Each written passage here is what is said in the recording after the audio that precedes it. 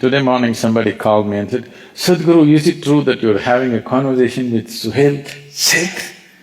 I said, yes. Sadhguru, how can you do this? He's the most unspiritual kind. I said, if he was really spiritual, I have no business with him. If he's unspiritual, he's my work.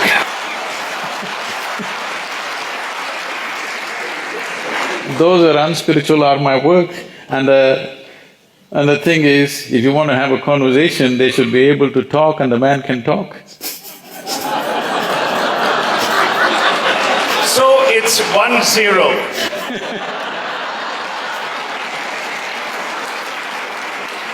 But I haven't said in whose favor yet. No. I said good things about you. I know. It's a very nice way of starting. You almost muzzled the anchor before. No, but interestingly, let's start with that. Why do I have to be publicly spiritual or believe in someone or a foundation or a philosophy? Isn't spirituality something that doesn't need definition if privately I'm a good human being? See, first of all, people's idea of spirituality comes from the common calendars that hang on their walls. They think, generally in this country, this image has spread. If you say, I'm spiritual, first question they ask is, what are the things you cannot do? So their idea of spirituality is, it's some sort of a disability. Spirituality is not a disability, it is a tremendous empowerment. You must be able to do more things than normal people do if you're spiritual. But generally, they think spiritual means you will not be able to do anything. I mean, something as simple as, because you mentioned the car, I'm saying, people will… initially they used to say, oh, he drives his own car, how is he a guru? I said, well, if I have a chauffeur, will I become a better guru? I drive my own car, I cook my own food, I do my own things. Is that a wrong thing to do? So, this idea of what is spiritual and not spiritual is something that I've been trying to bring proper perspective to. There is no human being on the planet who is not spiritual in some way. It is just that some people claim the mantle. No, so let's stay with this. If you were to define spiritualism as we know it, and I'm not talking about the misconception which you've just touched upon, how would you define spirituality? Well, let me tell you what the flip side is. In India, we have more gurus than we have traffic lights. Not true. We do. Okay, not gurus. There are more… Godmen, magicians. And there's almost a belief, and I really want your views on this because I've heard you espouse on this brilliantly earlier. There's almost a feeling that the man or woman must subjugate, bow down, and it's another kind of dependency that is created. So what in your mind is the essence of spiritualism?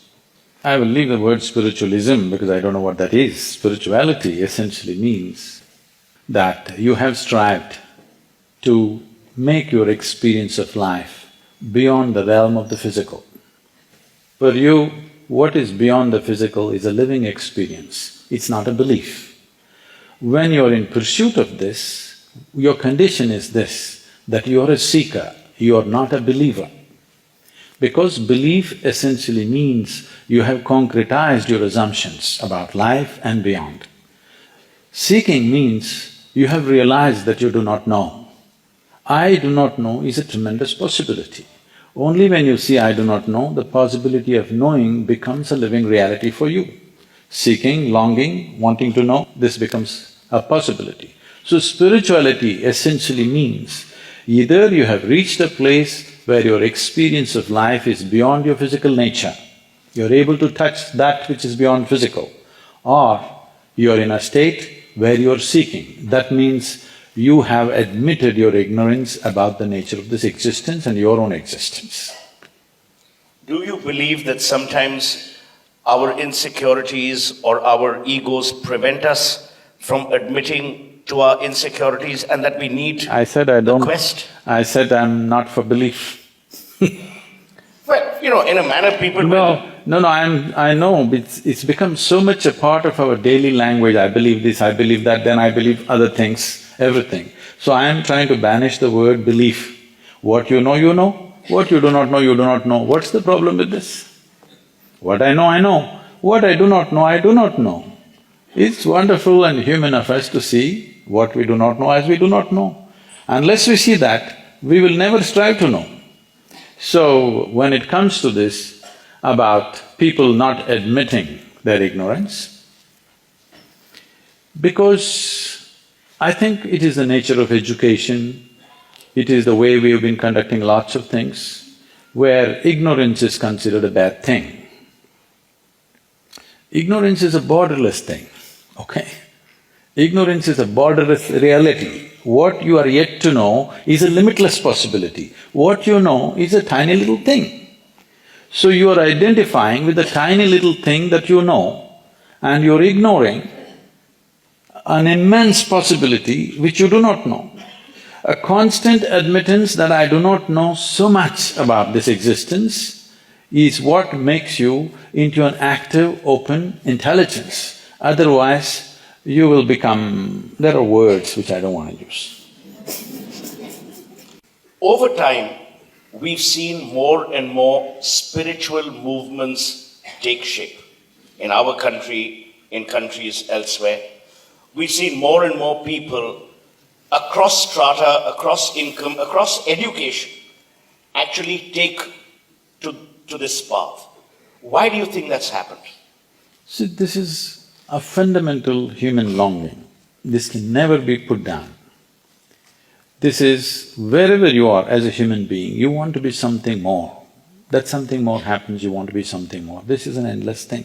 If I make you the king of this planet, I will not, okay? No, neither will I become. So, even if you're made the king of this planet, you will naturally look at the stars. This is the nature of human intelligence.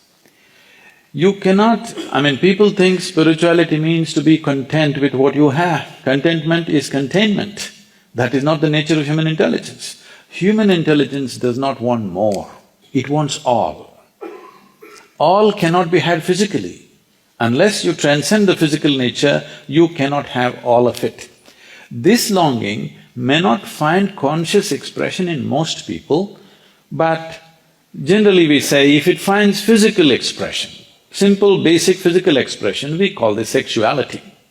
What you're trying to do is, what is not you, you're trying to make it a part of you.